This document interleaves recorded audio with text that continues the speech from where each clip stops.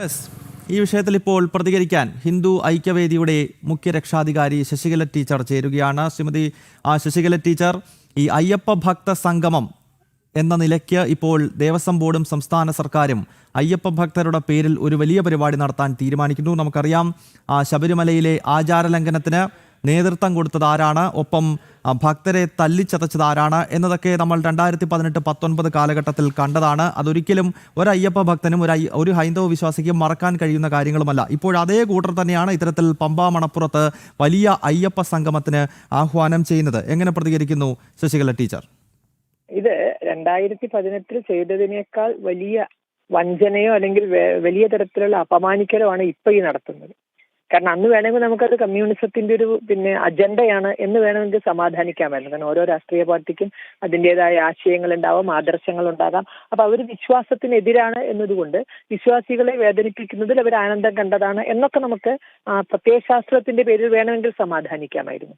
കാരണം ശബരിമലയിൽ നമുക്കറിയാം വളരെ ബുദ്ധിമുട്ടി ആയിരക്കണക്കിന് അല്ലെങ്കിൽ ലക്ഷക്കണക്കിന് ഭക്തർ കണ്ണീരോടെ നിൽക്കുമ്പോൾ ചാക്ക് പൊതിഞ്ഞു കെട്ടി ട്രാക്ടറിൽ കൊണ്ടുപോയി പിന്നെ ഊടുവഴി കൂടി അല്ലെങ്കിൽ കടക്കാൻ പാടില്ലാത്ത വഴിയിലൂടെ കൊണ്ടുപോയി ചാക്ക് കെട്ടി കൊണ്ടുപോയി സന്നിധാനത്ത് ഇറക്കിയിട്ടാണെങ്കിലും ആചാര ലംഘനം നടത്തണം എന്ന് വാശി കാണിച്ചത് അത് കമ്മ്യൂണിസത്തിന്റെ പേരിൽ അവർക്ക് വേണമെങ്കിൽ ന്യായീകരിക്കാമായിരുന്നു. അന്ന് അയ്യപ്പ ഭക്തരെ തല്ലിച്ചതച്ചതിനും ആ ഒരു കാരണം പറയാം. കാരണം വിശ്വാസികളെ ഇല്ലാതാക്കുക എന്നുള്ളത് കമ്മ്യൂണിസത്തിന്റെ വഴിയാകാം. പക്ഷെ ഇതെന്ത് പറഞ്ഞ് ന്യായീകരിക്കും?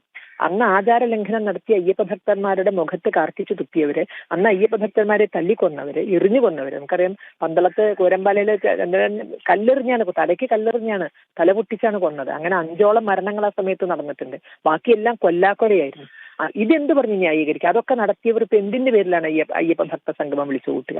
ഒന്ന് ആലോചിച്ച് നോക്കൂ. ഇനി ആചാര ലംഘനം നടത്താനുള്ള അനുമതി മേടിക്കാനാണ് അയ്യപ്പ ഭക്തരിൽ നിന്ന്?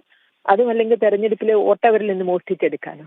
ഏതായാലും ഇത് ദുഷ്ടലക്ഷ്യത്തോടു കൂടിയാണ് നടത്തുന്നത്. ഇത് 2018 ആചാര ലംഘനത്തെക്കാൾ കടുത്ത അപമാനമാണ് അയ്യപ്പ ഭക്തർക്ക് ഉണ്ടാക്കുക എന്ന് പറയാതിരിക്കാൻ നിർവാഹമില്ല. ശശികല ടീച്ചർ, ഒപ്പം ഇതൊരു തെരഞ്ഞെടുപ്പ് ലക്ഷ്യമിട്ടുകൊണ്ടുള്ള നീക്കമാണ് എന്ന വിമർശനം കൂടി ഒരു ഭാഗത്ത് ഉയരുന്നുണ്ട്. കാരണം കേരളത്തെ സംബന്ധിച്ചിടത്തോളം നമുക്കറിയാം, ഇനിയും നവംബർ മാസത്തിൽ തദ്ദേശ തെരഞ്ഞെടുപ്പ് വരികയാണ്. അത് കഴിഞ്ഞാൽ ഏപ്രിൽ മാസമായി കഴിഞ്ഞാൽ വളരെ സുപ്രധാനമായ നിയമസഭാ തെരഞ്ഞെടുപ്പ് ആസന്നമായി കഴിഞ്ഞിരിക്കുന്നു.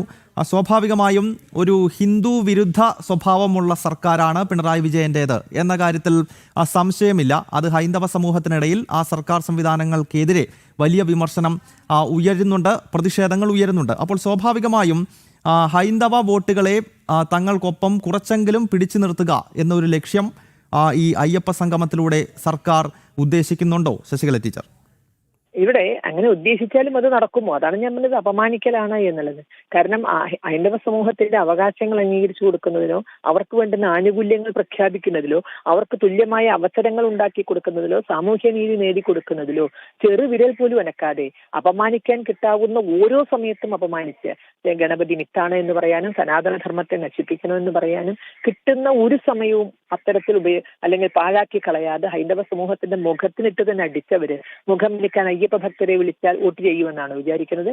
ഏതെങ്കിലും തരത്തിലുള്ള ആനുകൂല്യങ്ങൾ ക്ഷേത്ര ജീവനക്കാരോട് പോലും, ഇപ്പൊ ഞാൻ ഇന്നലെ പോയതാണ് ദേവസ്വം ബോർഡിന്റെ മരിച്ച ചന്ദ്രൻ ചേട്ടന്റെ വീട്ടില്. പട്ടികജാതി സമൂഹത്തിൽപ്പെട്ട ഒരു ചേട്ടനാണ്. അവർക്ക് ചികിത്സയ്ക്ക് പോലും അദ്ദേഹം ചെയ്ത ജോലിയുടെ ശമ്പളം പോലും കൊടുക്കാതെ അപ്പൊ അത്തരത്തിലാണ് ഇട്ട് ബുദ്ധിമുട്ടിക്കുന്നത്. ക്ഷേത്ര ജീവനക്കാരോട് പോലും, ഏറ്റവും മിനിമം ക്ഷേത്ര ജീവനക്കാരോട് പോലും നീതി കാണിക്കാത്തവർ എന്ത് അയ്യപ്പ ഭക്ത സംഗമമാണ് നടത്തുന്നത്? അയ്യപ്പ ഭക്തന്മാർക്ക് എന്ത് സഹായവും സൗകര്യമാണ് ഇവർ ഒരുക്കി കൊടുക്കുന്നത്? കയ്യിൽ കിട്ടിയ ഭരണം ഉപയോഗിച്ചുകൊണ്ട് എങ്ങനെ അവരെ ബുദ്ധിമുട്ടിക്കാം, കുടിവെള്ളം പോലും ഇല്ലാതെ ബുദ്ധിമുട്ടിക്കാം എന്നതിലപ്പുറം എന്ത് ഗവേഷണമാണ് അവർ നടത്തിയിരിക്കുന്നത്? അപ്പൊ ഇതൊരു മുഖം മിനുക്കൽ പരിപാടിയാണെങ്കിൽ അതൊക്കെ തിരിച്ചറിയണ എല്ലാ ശേഷി ഹൈന്ദവ സമൂഹത്തിനില്ലേ? അത്രമാത്രം പൊട്ടന്മാരാണോ? ഒരിക്കലും പമ്പ മണപ്പുറത്ത് കൊണ്ടുപോയിട്ട് അയ്യപ്പ ഭക്തന്മാർ എന്ന് പറഞ്ഞാൽ അട്ടിത്തൊളിച്ച് കൊണ്ടുപോയി ഇരുത്തിയിട്ട് എന്തെങ്കിലും ചോറും ചായയും കൊടുത്തുവിട്ട് ഇവരുടെ നെടുനീളം പ്രസംഗങ്ങളും കേട്ടുപോയാൽ ഹിന്ദുവിന്റെ സമാധാനമായി അതിന്റെ പേരിൽ അവർക്ക് വോട്ട് ചെയ്യാൻ പറ്റുമോ? ഒരു പഞ്ചായത്ത് തദ്ദേശ സ്വയംഭരണ സ്ഥാപനങ്ങൾ അടക്കം ചെയ്യേണ്ടുന്ന എന്തെങ്കിലും കാര്യങ്ങൾ സമാജത്തിന് വേണ്ടി ചെയ്തിട്ടുണ്ടോ?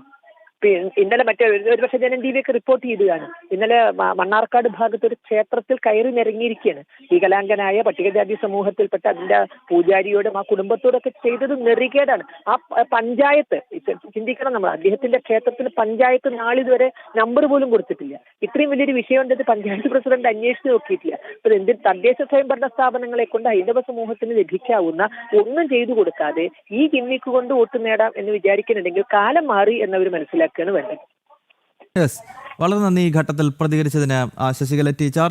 ടീച്ചർ ചൂണ്ടിക്കാണിച്ചതുപോലെ ശബരിമലയിൽ ആചാരലംഘനത്തിന് നേതൃത്വം നൽകിയ ഒരു സർക്കാർ ആയിരക്കണക്കിന് അയ്യപ്പ ഭക്തരെ ലാത്തി കൊണ്ട് തല്ലിച്ചതയ്ക്കുകയും അതിൽ പലരും ആ സമരത്തിനിടയിൽ ജീവത്യാഗം ചെയ്യുകയും ഒക്കെ ചെയ്തത് നമ്മൾ കണ്ടതാണ്. 2018-19 കാലത്ത് കേരളം ഏറെ ചർച്ച ചെയ്ത ഒരു വിഷയം എന്നത് തന്നെ ശബരിമലയിൽ പിണറായി സർക്കാരിൻ്റെ നേതൃത്വത്തിൽ നടന്ന ആചാരലംഘനം എന്ന വിഷയം തന്നെയായിരുന്നു. ഇതേ വാർത്തയിലേക്ക് നമുക്ക് തിരിച്ചെത്താം ഒരു ചെറിയ ഇടവേളയ്ക്ക് ശേഷം.